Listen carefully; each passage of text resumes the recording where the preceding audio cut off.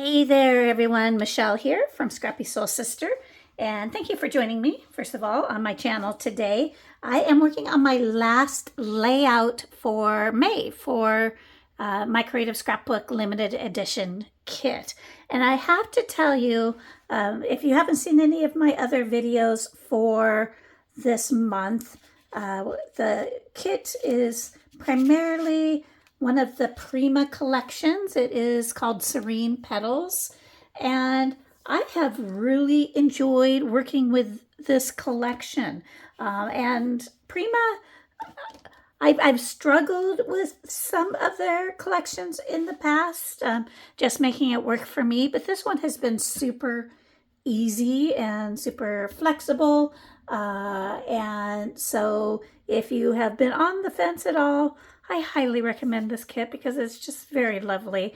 And as you can see, I've kind of gotten a head start on this layout because I thought I was filming and I wasn't. And that's been happening to me a lot lately, and it's very frustrating.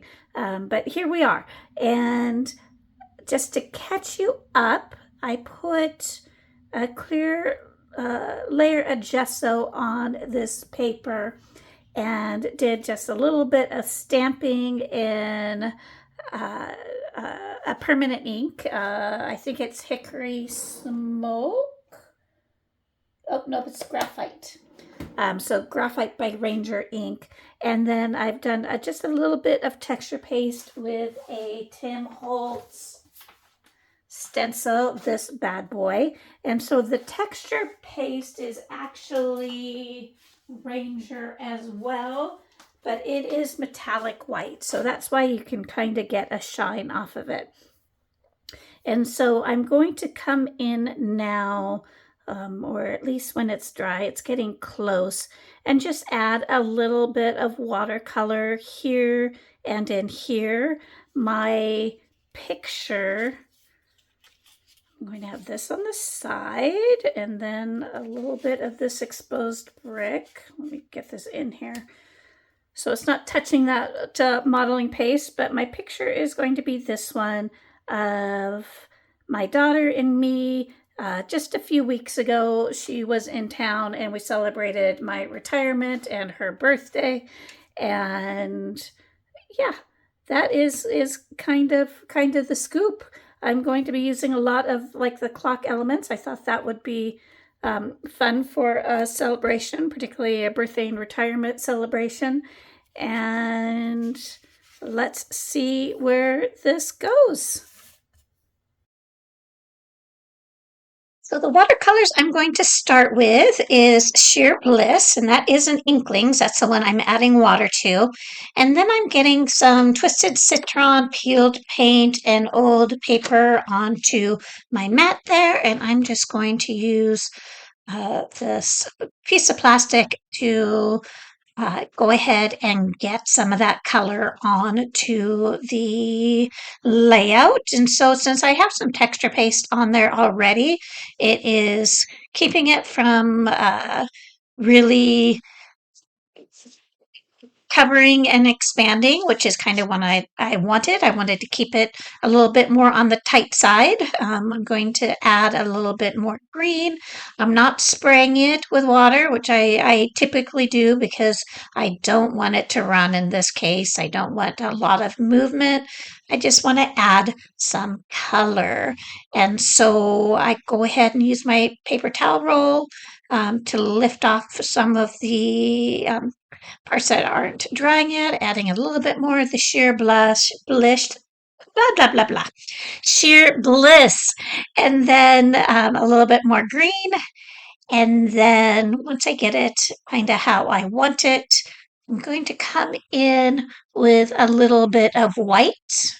First, I'm going to bring in some white paint and add some water to it just to loosen it up a little bit. And then once I have done that, I am going to use it just to soften up a few parts of the layout here and there, and then I'm just going to add some splatters. So once I'm done with that, I have my picture here of my daughter and I have that tape there. I believe I have taken a border strip over to my sewing machine, and now I'm just taking the threads from the back and taping them down, and then I'm going to use that on the side. I did, like I mentioned, gesso the whole thing because I wasn't sure how much I was going to use for mixed media. So I am going to use glue quite a bit on this layout just to make sure things stick to the gesso really, really well. And so that's what I'm doing here. I use my tape gun, but I'm also using some liquid adhesive. And so the liquid adhesive that I use is the My Sweet Petunia glue gun, and then I put whatever liquid glue I have handy in it. And so I don't have a real loyalty to any glue, at least not yet. And so I have this exposed brick piece, and it was this pink brick, this paper. We got two of each piece, and so this exposed brick I got from the other side of the other pink brick paper, and so I'm using that. I'm going to go ahead and start adhering the things that I'm sure about. So I did the border, I did the exposed brick, I adhered my photo. I'm not going to mat it or anything like that because I know if I do, it will cover up a lot of the mixed media I did, and I just didn't feel like I needed to. And so sometimes you just kind of go with it. When I printed the picture, I did print it with a white border, and so I am just going to stick with that. So I've adhered my large clock. Now it had a butterfly towards the bottom, and I cut that off because I knew I was going to cover it up anyway, and so that way I could still use it. And then I'm going to go ahead and adhere my other clocks as well and make sure that they're kind of facing in the right direction with the 12 at top. And then this celebrate, I decide to use as my title. And so I'm going to do a few things around it, but I definitely am going to go with celebrate since this was a celebration dinner. I have picked out the flowers I'm going to use, and that butterfly on top of that right clock is the one that I cut off. I keep trying to work in cute into the left there, and I tried with the large tag. I tried with this little sticker that was from the sticker sheet, and I end up changing that for a round element, but I do work that word in, so I'm happy with that. And I am just taking a look at how I want to build these clusters. I add in that notebook piece up above just so that there is a little bit of color since there is a lot of white elements in this kit between the flowers and the clocks and all that. So I wanted just a little bit of color. I use this torn piece of journaling uh, paper, and there is also a piece of that in the sticker sheet, and so I use that as well in the other two clusters you'll see sometime in the future. And then I also want the layout to have just a little bit of black or darkness in each of the clusters, and so I have that little uh, book plate at the bottom that says favorite moments, and I'm going to add a little bit of darkness to the top right and to the bottom left as well in the future.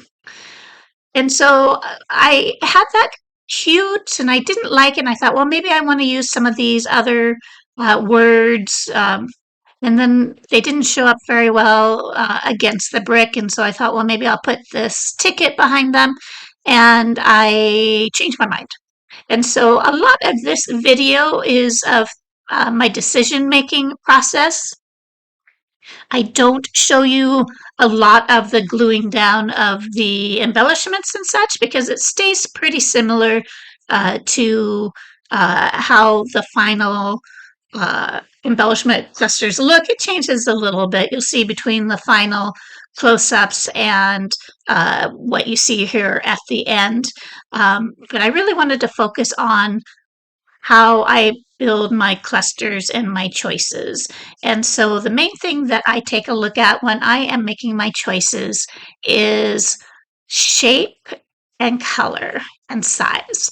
And so I just try to avoid having the same shapes or colors or sizes next to each other. I try to break them up with either a different color with an angle versus a round edge, and then trying to keep a good variety of sizes from large to small so that every little cluster feels balanced. So that's kind of my thought process. And so, of course, it's always going to depend on the elements that you're working with in your kit. But this kit has a lot of variety in it, so it was pretty easy to work with. So I do keep that little purple ticket. I just set it at an angle and stuck it under the clock. There's my little cute word, so I'm going to use that. And then I've decided to use some of the florals, the bud shapes over in that cluster to the left. I did take the wires, and usually what I do with the long wires is I just spin them on my pokey tool so they're all curly. So then it just adds another accent to the layout. And I have added the big time blessed verbiage up to that top right. And so now I am, as I'm going through my embellishments too, I am inking most of them with hickory smoke. And so another element that I used on all three clusters, uh, the flowers. So I cut some of them in half and used them in all three clusters. And then the little moths.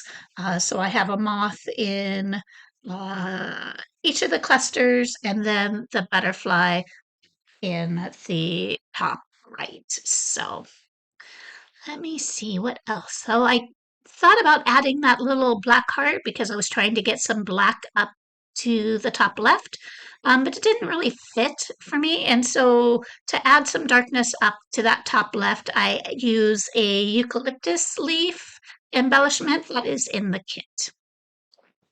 I do use the best little word strip, and that is it. Thank you for joining me. Hit like or subscribe. Check out my creative scrapbook. You won't regret it. And I'll see you on my next video. Here are some close-ups.